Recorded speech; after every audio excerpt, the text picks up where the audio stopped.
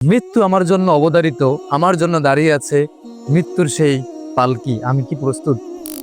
আল্লাহ তাআলা কুরআনুল কারীমে বলেন, কুল্লু নাফসিন যায়কাতুল মাউত, প্রত্যেক প্রাণীকে মৃত্যুর স্বাদ গ্রহণ করতে হবে। মৃত্যু আমার জন্য অবধারিত।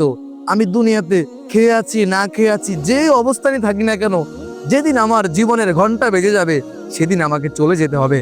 আজরাইল একটা মুহূর্ত আমাকে টাইম দিবে না, কিন্তু সেই মৃত্যুর জন্য প্রস্তুতি নিচ্ছি কি?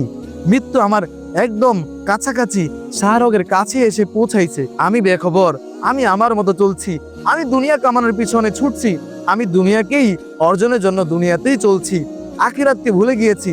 আখিরাত যেন আমার কিছুই না, এই দুনিয়াই যেন আমার সব, এই দুনিয়াকেই যেন আমি আমার জীবনের একমাত্র উদ্দেশ্য বেছে নিয়েছি। আমার কেমন হবে, আমার হিসাব কেমন হবে, আমার পরিস্থিতিটা কেমন হবে, সেটা একবারও চিন্তা করছি না। মালিক যে আমাকে প্রশ্ন করবে, হে বান্দা, তোমাকে দুনিয়াতে পাঠিয়েছিলাম, তোমাকে অনেক নিয়ামত দিয়েছি, তোমাকে দুটো হাত দিয়েছি, দুটো কান দিয়েছি, একটা মুখ দিয়েছি, দুটো চোখ দিয়েছি, তোমাকে বুদ্ধি দিয়েছি, তুমি আমার জন্য কি নিয়ে আসো? এই প্রশ্ন করলে আমি কি জবাব দিব আল্লাহর কাছে?